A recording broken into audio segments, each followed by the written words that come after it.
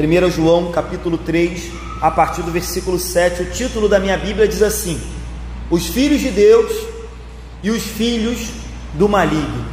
Os filhos de Deus e os filhos do maligno. João está seguindo, como eu falei ainda agora, o mesmo esquema.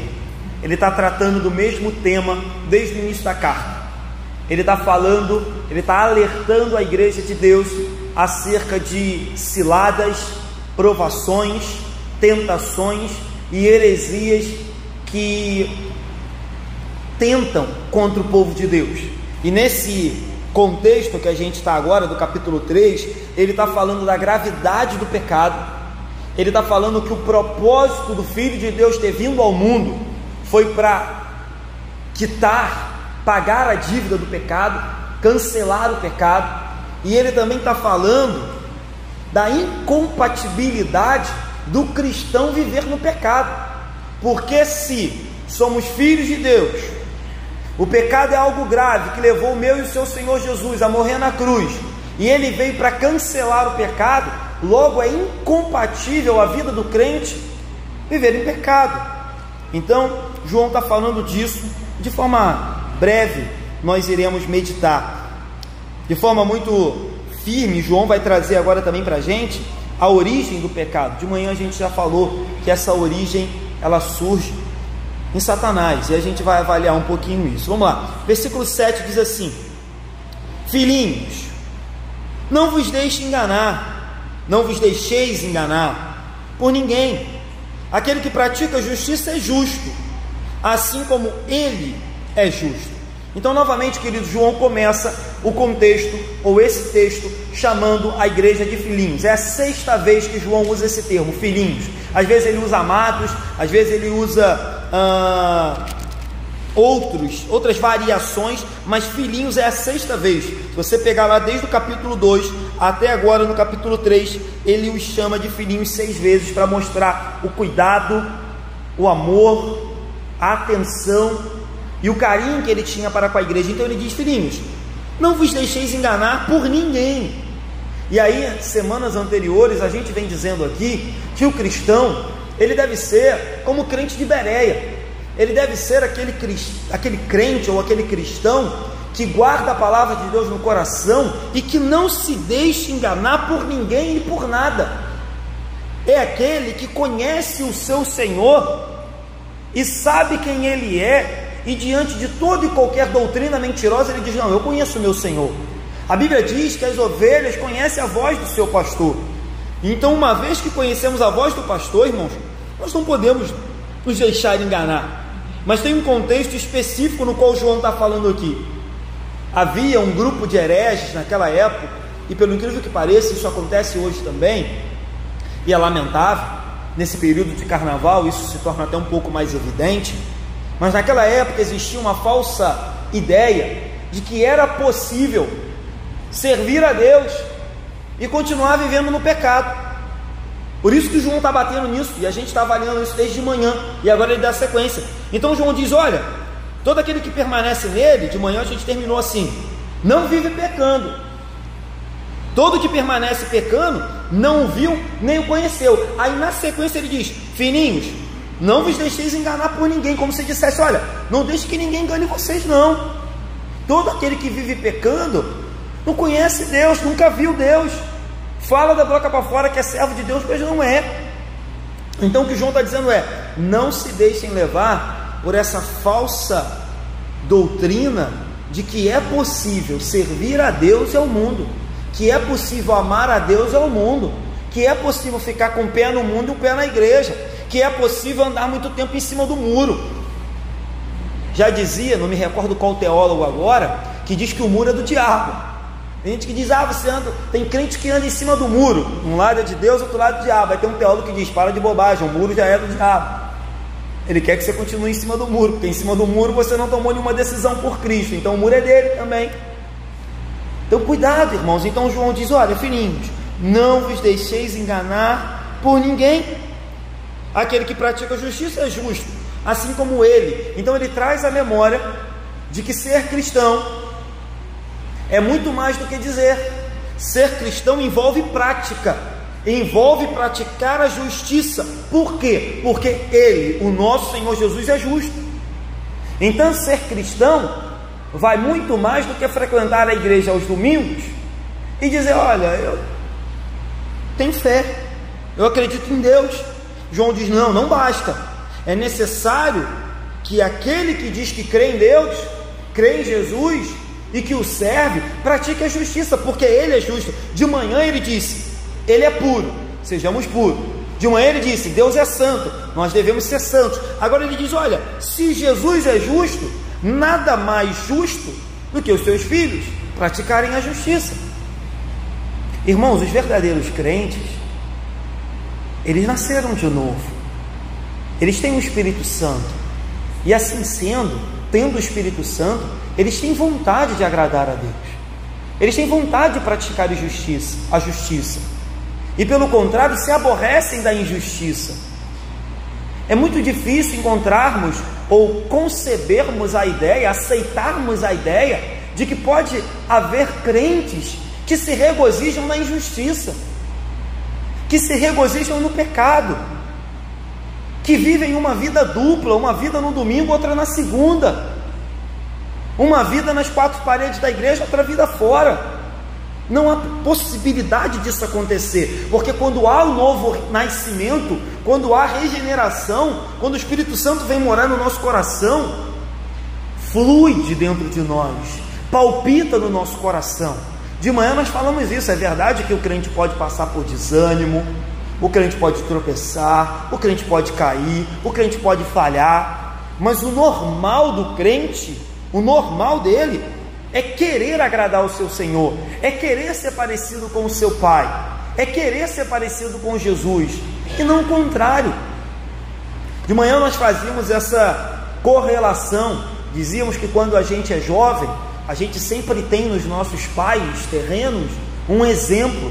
Os nossos pais são sempre super-heróis, são sempre pessoas que a gente fica admirando, e na maioria das vezes os filhos seguem os passos dos pais, tentam ser parecidos, tentam copiar alguma coisa, tentam ter a mesma profissão, tentam ter o mesmo biotipo, andar parecido, se vestir igual, ter os mesmos costumes.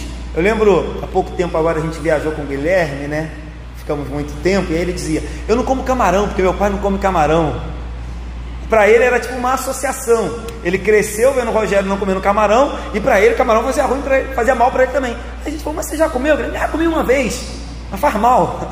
Ou seja, ele associou que o pai dele tinha alergia a camarão e ele não comia camarão. Então assim, é normal que os filhos tenham isso é muito válido. Mas quando a gente fala com Deus, de novo, a gente tem que ter esse desejo. Poxa, agora eu sou filho de Deus, eu quero ter as características do meu pai. Agora eu sou filho de Deus, eu quero reproduzir o que Deus reproduz. Se Deus ama, eu quero amar. Se Deus perdoa, eu quero perdoar. Se Deus é misericordioso, eu também quero ser.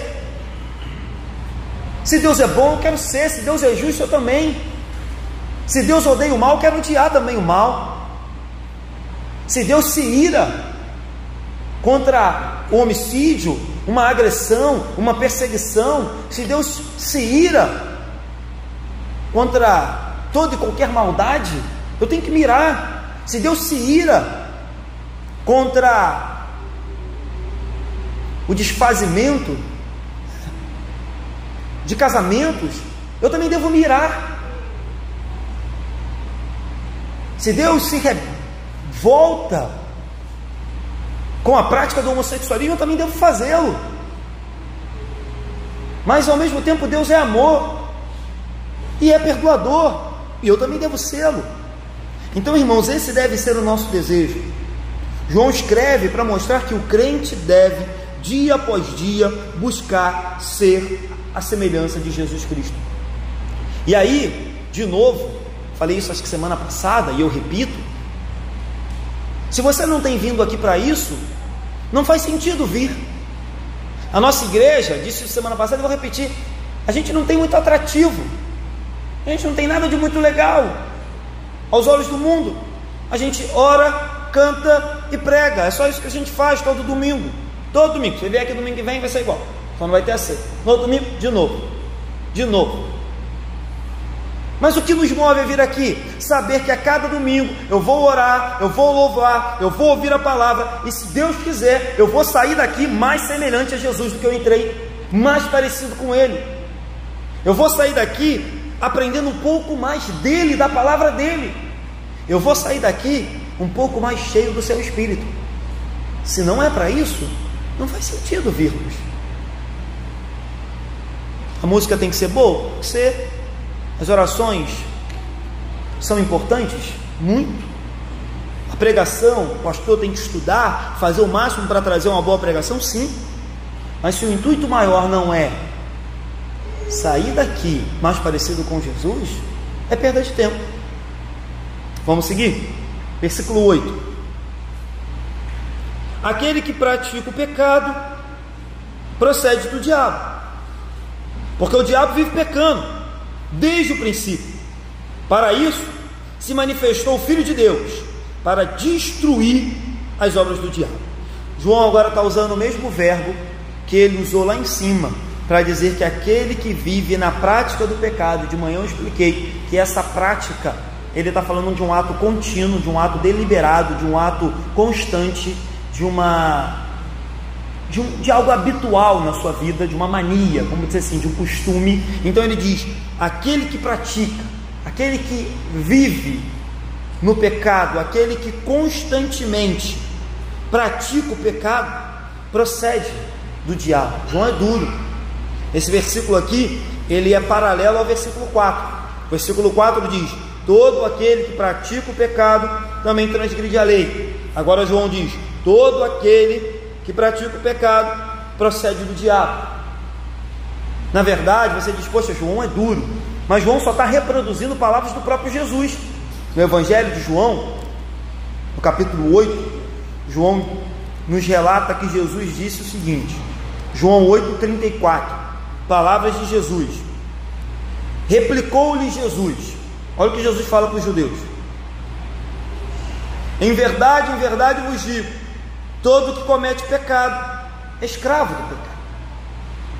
Então o que João está dizendo é, aquele que vive no pecado, assim disse Jesus, escravo do pecado.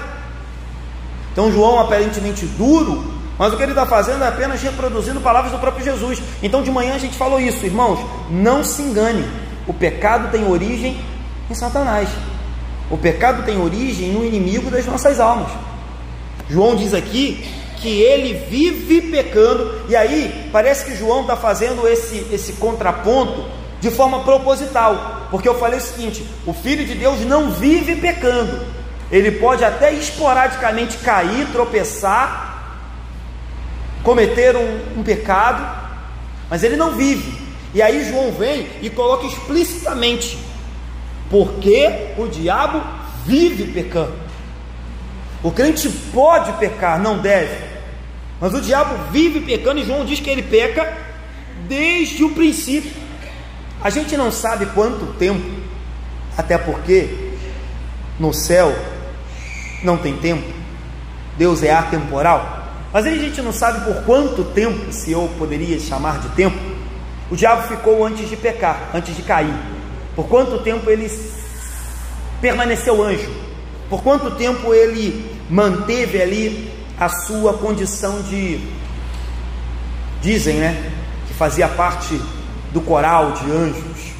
Mas uma coisa é fato, desde que ele caiu, ele se tornou a origem, a raiz, a fonte de toda a maldade que impera no mundo. Ele começou tentando Adão e Eva, foi eficiente, e dali em diante, irmãos, não há mais um ser humano no qual ele não tenha tentado e no qual não tenha caído nas lábias dele.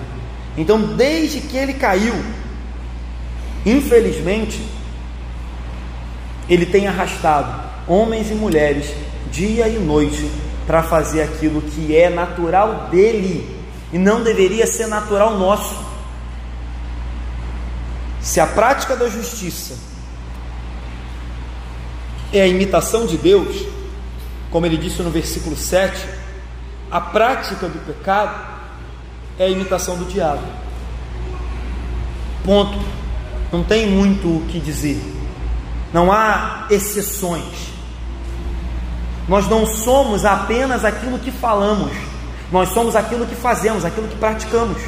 Então João diz: aquele que pratica a justiça é justo, porque Jesus é justo. Mas ele diz: aquele que pratica o pecado, esse imita o diabo. Então, irmãos, mais do que falamos, nós somos o que fazemos. Se falamos uma coisa e fazemos outra, pode ter certeza que somos hipócritas e incoerentes. Mas se falamos que somos filhos de Deus e buscamos todos os dias praticar a justiça, nós estamos imitando Jesus e com certeza agradando ao Pai. De manhã falamos isso: perfeição não vai haver, mas deve haver desejo no meu e no seu coração todos os dias de imitar.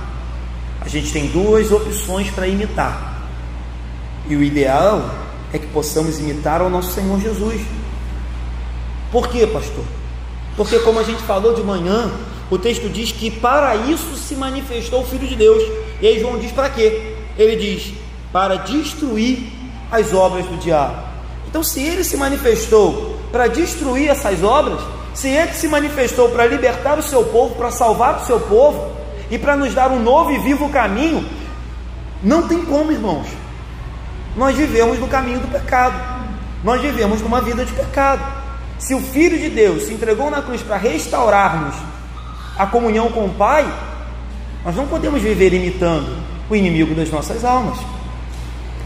Estão errados, isso é uma concepção muito errada, e infelizmente, de novo, invade muitas igrejas evangélicas. Estão errados aqueles que, para justificar o seu pecado, colocam na conta do inimigo. Eles dizem assim: pastor, eu pequei, a culpa foi de Satanás que me tentou. Tem muita gente que tenta fugir da sua responsabilidade passando para outros e constantemente para Satanás. Isso é errado. Todo pecado parte de um ato voluntário e deliberado meu e seu. É verdade que por trás de todo pecado existe a tentação, existe a influência maligna dele, querendo fazer com que a gente o imite. Mas não pegue a responsabilidade que é minha e sua de viver em santidade, imitando a Deus e praticando a justiça, e lance tudo na conta do inimigo. Porque na verdade ele apenas fomenta dentro de nós e a gente dá vazão. Nenhum crente é possuído, irmãos. Nenhum crente pode ser possuído. Isso também é uma outra baboseira que algumas igrejas acreditam. Nenhum crente pode ser possuído. Não pode. Não pode habitar no corpo do crente o Espírito Santo e o diabo ao mesmo tempo. Mas sim, o crente pode dar ouvidos e ceder à carne e praticar atos pecaminosos. Por isso que eu estou dizendo que você não pode botar totalmente a culpa no diabo. Porque você pode dizer: ah, pastor, eu fui possuído, o diabo me pegou, quando eu vi eu estava lá com aquela mulher. Você não pode ser possuído, a não ser que você não tenha o Espírito Santo. Então, se você tem o Espírito Santo, você não é possuído. Você foi tentado, deu ouvido à tentação e caiu no pecado. Então não dá para dizer: não tive culpa. Teve. Você não estava inconsciente. E ainda que tivesse, porque tem gente que enche a cara e diz: ah, pastor, a culpa foi da bebida, eu estava inconsciente. Ainda que tivesse, quem escolheu beber foi você, quem não teve moderação foi você, quem não teve domínio próprio foi você. Então, irmãos, cuidado. É claro que por trás de todo o pecado ele está nos tentando. É claro que por trás de toda cilada tem a mão dele. Claro, isso é fato. Mas não tente tirar a sua responsabilidade. Não acha que você vai chegar naquele grande dia, não vai falar: ó, Jesus, poxa, eu vivi um tempão no pecado mesmo. A culpa não foi minha não, tá? A culpa foi do diabo. Ele que vive pecando, está escrito lá na Bíblia, desde o princípio. Isso não cola. Então, irmãos, cuidado. Um ser humano, ele se torna adúltero quando ele deita com outra mulher. Ele se torna homicida quando ele tira a vida de alguém. Mas lembre-se que Jesus falou: quando você cobiça a mulher do próximo, no coração você já pecou. Quando você odeia o irmão e sente desejo de matá-lo, ali você já pecou, você já cedeu. Satanás já falou e a gente já recebeu. Ah, pastor, isso como é que faz? Falamos de manhã. Se confessarmos os nossos pecados, Ele é fiel e justo para nos perdoar. Mas o bom é que a gente fuja disso. O bom é que a gente se afaste disso. Ele continua agindo e não vai parar. Ele continua trabalhando e não vai parar. E vai fazer de tudo para nos tentar e nos levar junto com Ele. Contudo, irmãos, O sangue de Jesus já foi derramado. Ele não mais nos controla. Ele não mais nos domina. Satanás não tem mais poder sobre as nossas vidas, a não ser que nós, de livre e espontânea vontade, entreguemos os nossos corpos para praticar aquilo que não convém. Mas não se engane, ele não vai parar de tentar. Responsabilidade minha e sua é imitar ao Senhor Jesus. Versículo 9: todo aquele que é nascido de Deus não vive. Então olha aí, ele acabou de dizer no 8 assim: porque o diabo vive pecando. Aí agora ele diz no 9: todo aquele que é nascido de Deus não vive na prática de pecado, pois o que permanece nele é a divina semente. Ora, esse não pode viver pecando, porque é nascido de Deus. Esse verso também ele é paralelo ao 6. No 6 diz assim: todo aquele que permanece nele não vive pecando. Agora João disse: todo aquele que é nascido dele não vive na prática. Então João repete o versículo, só que com uma ênfase diferente. No versículo 6 ele diz: todo aquele que nele permanece. No versículo 9 ele diz: todo aquele que é nascido nele não vive na prática. Aí João é muito claro. De novo, assim como de manhã poderia ter ficado alguma dúvida, João vem e esclarece. Aqui poderia ter ficado uma dúvida, João vai esclarecer. João disse: olha, quem vive no pecado é Satanás, mas o crente não. O crente não vive na prática do pecado. E aí por que João fala isso? João fala isso porque ele tem a certeza de que aqueles que são nascidos de Deus não podem se voltar contra o seu próprio Pai. Aqueles que são nascidos de Deus têm uma nova identidade, e essa nova identidade nos preserva de nos voltarmos para o lamaçal de pecado que vivíamos. João diz assim: olha, vocês são filhos de Deus, são nascidos de Deus, assim sendo não podem viver na prática do pecado. Lembremos das palavras de Jesus em Mateus capítulo 7. João está dizendo: olha, se vocês verdadeiramente são filhos de Deus, vocês não podem viver na prática do pecado, porque aquele que é nascido de Deus tem a divina semente. Em contrapartida, em Mateus capítulo 7, no versículo 18, olha o que Jesus diz: não pode a árvore boa produzir frutos maus, nem a árvore má produzir frutos bons. Então Jesus está dizendo: olha, não pode os filhos de Deus viver na prática do pecado, assim como não pode os filhos do diabo viver na prática da justiça, porque eles não conseguem. É como água e óleo, eles não se misturam, eles não combinam, não funciona. É como colocar um aparelho 110 na tomada 220, vai queimar. Como pegar um carro a diesel e colocar álcool, vai dar ruim. Então João está dizendo: todo aquele que é nascido de Deus não vive na prática do pecado, pois o que permanece nele é a divina semente. A palavra semente aqui, ela tem uma conotação figurativa, da palavra de Deus. É como se João estivesse dizendo assim: a fé vem por ouvir e ouvir a palavra de Deus. Nós tivemos fé em Jesus por ouvir a palavra de Deus, e naquele momento a semente, que é a palavra de Deus, não é isso? As crianças até cantam, lá no Nilson Braga a gente canta muito isso: a palavra de Deus é semente, vai caindo, caindo. Então assim, a palavra de Deus é a semente que um dia foi plantada no nosso coração, e ela permanece. É como se João estivesse dizendo assim: olha, aquela semente que lá atrás foi plantada no coração de vocês, quando vocês confessaram Jesus, ela ainda dá fruto, ela ainda vive. Era como se João estivesse dizendo assim: olha, aquele nascimento que nos alcançou lá no passado, quando o pastor disse: olha, agora você é nova criatura, agora você é filho de Deus, continua perdurando. Você não deixou de ser filho de Deus com o passar dos anos, continua sendo.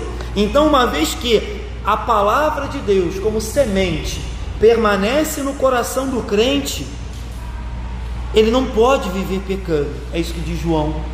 A semente vai produzindo dentro de nós frutos de arrependimento e frutos do Espírito, fazendo com que a gente a cada dia cresça na graça e no conhecimento. E aí que entra novamente a beleza do Evangelho.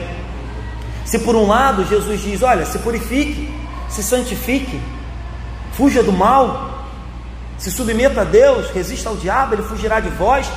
Por outro lado, João diz: olha, vocês só perseveram Porque a semente da palavra de Deus habita no coração de vocês e ela cresce, ela é viva. É como se ele dissesse: olha, se dependesse de vocês só, vocês nunca iam conseguir. Mas calma, a semente habita no coração de vocês. A presença de Deus habita no coração de vocês e ela vai crescer. Ela vai crescer, ela é viva.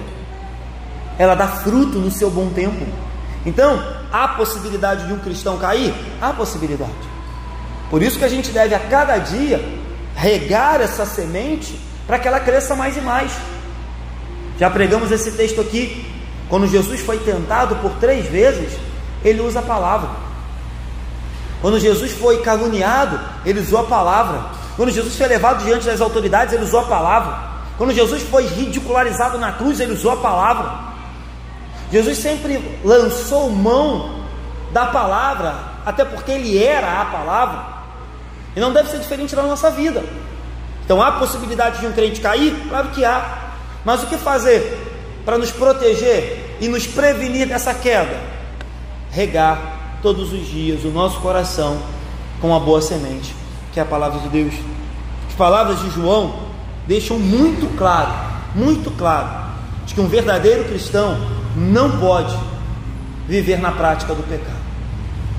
O verdadeiro cristão não é impecável, não é perfeito, mas ele entende que se um dia vier a cair, ele deve se levantar, entender que aquilo não faz parte da vida dele. Ele deve se levantar, lembrar das promessas de Deus, de que aquele que confessa os seus pecados encontra perdão. Ele deve se voltar para o Pai e com o coração quebrantado e com fé renovada, saber que vai ser aceito de volta para casa. Esse é o hábito, essa é a característica de um verdadeiro cristão. Ele jamais se contentará em viver aonde não é o lugar dele. Me recordo agora de um testemunho do meu primeiro pastor, e ele diz, muito louco, ele sempre foi muito louco, com todo respeito, Lana conhece. Ele diz que certa feita ele estava num show do Tim Maia, eu acho, Tim Maia, esqueci mesmo, um baile do Tim Maia. Ele disse que estava aquele black, aquela calça boca de sino, muito louco, e ele já conhecia o evangelho. E ele disse que de repente algo falou para ele assim: aí não é o teu lugar. E ele falou: olha, eu bebi demais, eu estou muito louco. E ele disse que ele ouviu de novo, e na segunda vez ele disse que pegou as coisas dele e foi embora e nunca mais voltou, porque ele entendeu que ali não era o lugar dele. Um verdadeiro cristão não vive, irmãos, na prática do pecado. Se a gente conhece alguém que está vivendo na prática do pecado, algo está errado, algo está errado. Ele não vive. O Espírito Santo fala, o Espírito Santo nos incomoda, o Espírito Santo nos constrange e diz: opa, isso não é seu, isso não convém a você, aí não é o teu lugar. Vamos seguir, versículo 10, para terminar. Nisto são manifestos os filhos de Deus. Nisto o que? João vai dizer: e os filhos do diabo. E aí ele vai explicar: todo aquele que não pratica a justiça não procede de Deus, nem aquele que não ama o seu irmão. João termina de forma negativa.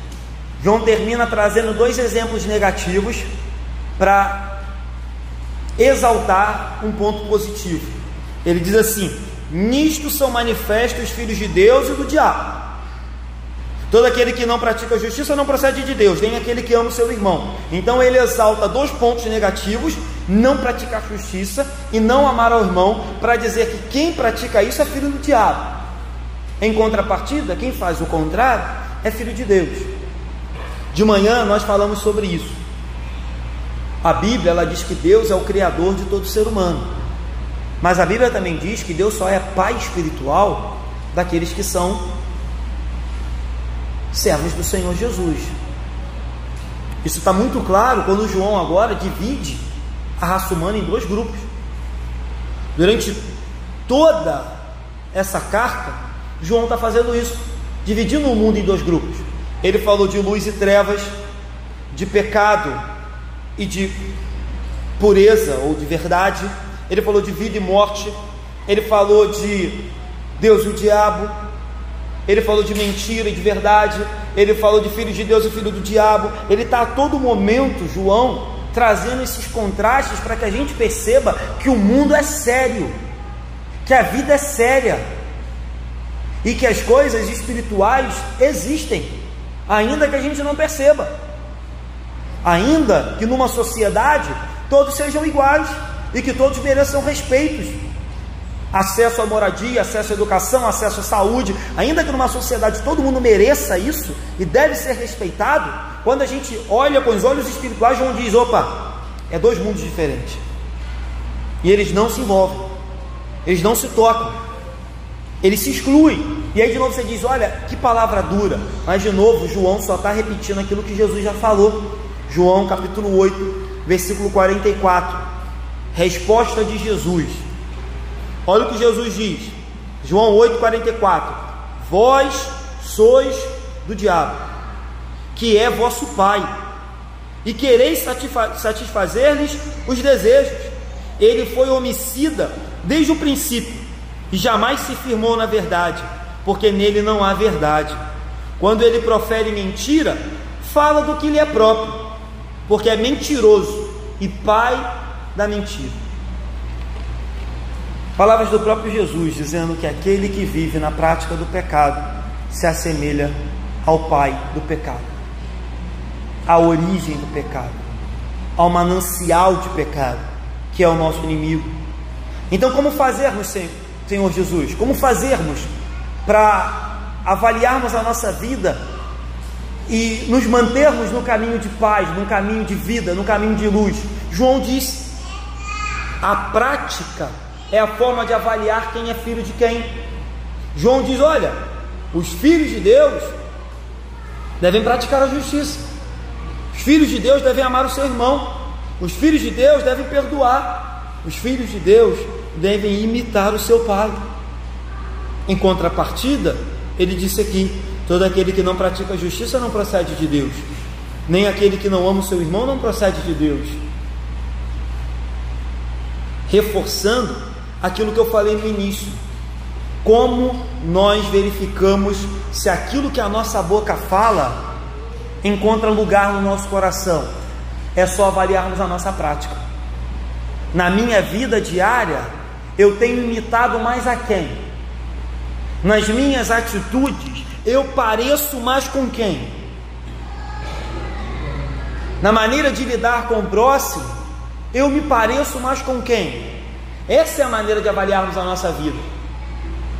E se porventura, como eu falei de manhã, percebermos que dentro de nós, em algum momento a gente tem imitado ao inimigo das nossas almas, irmãos, a gente deve correr para Jesus e pedir perdão e mudar de vida o quanto antes, porque, como falei de manhã, repito, não sabemos quando ele volta para nos buscar, mas uma coisa é certa: devemos imitá-lo todos os dias, a cada manhã, a cada circunstância, e principalmente quando as coisas ficam difíceis, porque imitar a Deus no culto de domingo é fácil. Difícil é imitar a Deus durante a semana, quando as circunstâncias são complicadas. Aí fica difícil.